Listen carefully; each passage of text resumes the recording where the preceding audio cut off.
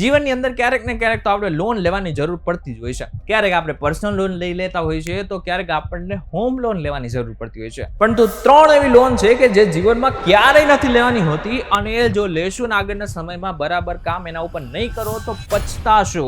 અને આનાથી પણ વિશેષ 3 એવી લોન છે કે જે જીવનમાં ક્યારેક ને ક્યારેક જો જરૂર પડે તો લઈ લેવી જોઈએ, એનાથી તમને જ ફાયદો છે. પરંતુ આ 3 લોન કઈ છે એ જો તમારે જાણવું હોય ને તો ધ્યાનથી સાંભળજો. હું તમને એક વાત કહું.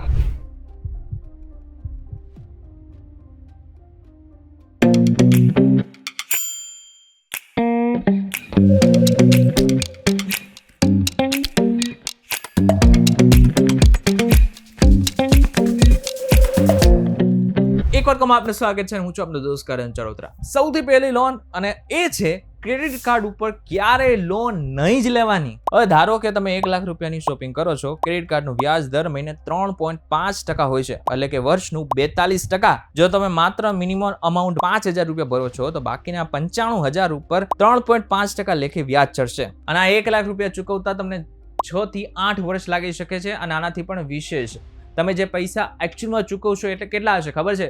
1.5 થી 2 લાખ રૂપિયા. એટલે કે 1 લાખની વસ્તુ તમને 3 લાખમાં પડી શકે છે. બીજી અને મહત્વની લોન જે ન જ લેવી જોઈએ અને એ છે પર્સનલ લોન. આમ જોવા જઈએ તો પર્સનલ લોનના ઘણા બધા ફાયદા છે કે એ તમને ડાયરેક્ટ થોડી મિનિટોની અંદર અથવા તો 1 દિવસની અંદર મળી જતી હોય છે. પરંતુ આ પર્સનલ લોન ઘાતક છે. હવે ફોર એક્ઝામ્પલ 5 લાખની લોન લીધી, 15% વ્યાજ છે અને 5 વર્ષ માટે લીધેલી છે. એટલે હફતો આશરે લગભગ 11,900 રૂપિયાનો માનીને ચાલીએ તો 5 વર્ષના અંતે 7,14,000 રૂપિયા તમે ભરશો. પરંતુ જો આને તમે ધંધા માટે ઉપયોગ કર્યા છે તો આગળના સમયમાં એ તમને ફાયદો ક્યાંક ને ક્યાંક પહોંચાડી શકે છે. પરંતુ જો તમે વેકેશન માટે આની સાથે ખાસ કરીને લગ્ન માટે ઉપયોગ કર્યા છે તો માત્ર નુકસાની છે.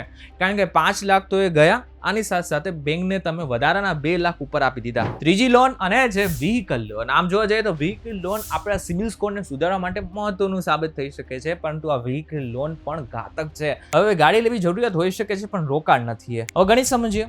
10 લાખની ગાડી છે, 9% વ્યાજ છે, 7 વર્ષની લોન છે, એટલે આશરે 16,000ની આસપાસ તમારે દર મહિને હપ્તો ચૂકવવાનો આવશે. પરંતુ 7 વર્ષ પછીનું જે ચિત્ર છે એ સમજવા જેવું બનશે.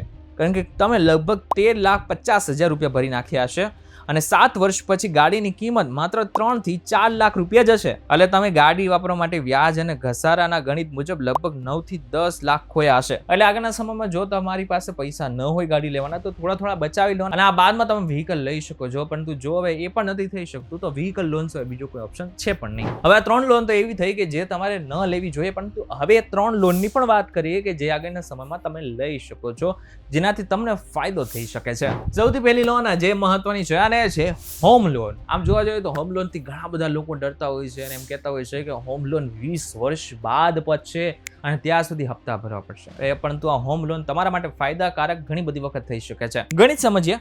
50 લાખની લોન લીધી, 8.5% વ્યાજ છે અને 20 વર્ષ માટે લીધેલી છે અને હપ્તો લગભગ 43,400ની આસપાસ આવશે.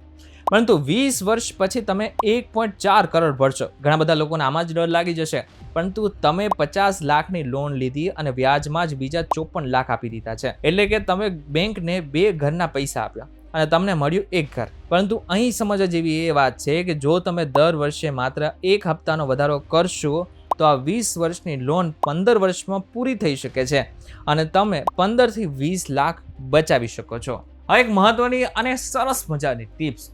આમ જોવા જઈએ તો 50 લાખની લોન લીધી તમને એમ થતું હશે કે 53 લાખ તો વ્યાજમાં જતા રહ્યા. પરંતુ સારી વાત અહીં એ છે કે તમે જે ઘર 50 લાખમાં લીધું એ 20 વર્ષ બાદ એ કન્ડિશનમાં પહોંચી ગયું હશે કે જ્યાં એ 50 લાખના ઘરની કિંમત 1.5 કરોડ અથવા તો 2 કરોડ પણ થઈ શકે છે. એટલે આમ જોવા જઈએ તો સરવાળે હોમ લોનથી સીધો ફાયદો પણ છે. હવે અહીં પણ એક મહત્વનું વાત છે કે તમે કયા એરિયાની અંદર ઘર લો છો એ પણ મહત્વનું છે.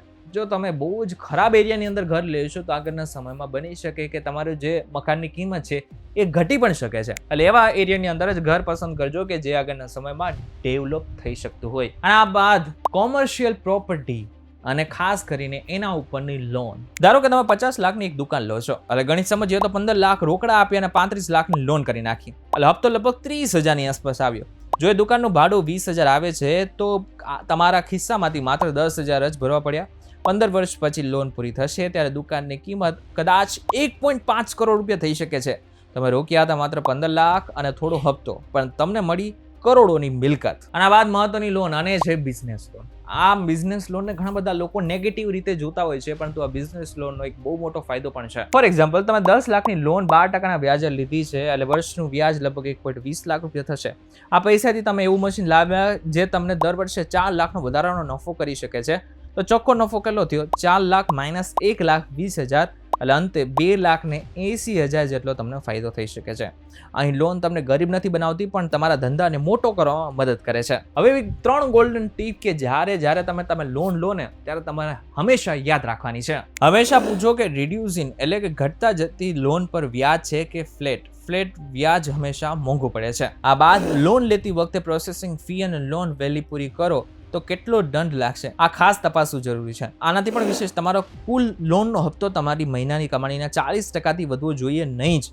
જો તમે 50,000 કમાતા હોય તો બધા હપ્તા થઈને 20,000થી વધુ ન હોવા જોઈએ. આ કેટલીક એવી ગોલ્ડન ટીપ હતી કે જે તમારે ધ્યાનમાં રાખવી જરૂરી છે. ત્યારે આ પણ યાદ રાખી લેજો કે કોઈ પણ લોન લેતા પહેલા તમારા ફાઇનાન્શિયલ એડવાઇઝરને ચોક્કસથી એક વખત પૂછી લેજો. એમને વધારે ખબર પડતી હોય છે અને આગળના સમયમાં એ તમને ફાયદો પણ કરાવી શકે છે. ત્યારે વિડીયો કેવો લાગે એમને જરા કોમેન્ટ કરીને ચોક્કસથી કહેજો. વિડીયો થકી જો તમને કોઈ ઇન્ફોર્મેશન મળી તો વિડીયો લાઈક અને શેર જરૂરથી કરજો. તો આજ ઇન્ફોર્મેટિવ વિડીયોઝ માટે VTV ડિજિટલ સાથે જોડાયેલા રહેજો.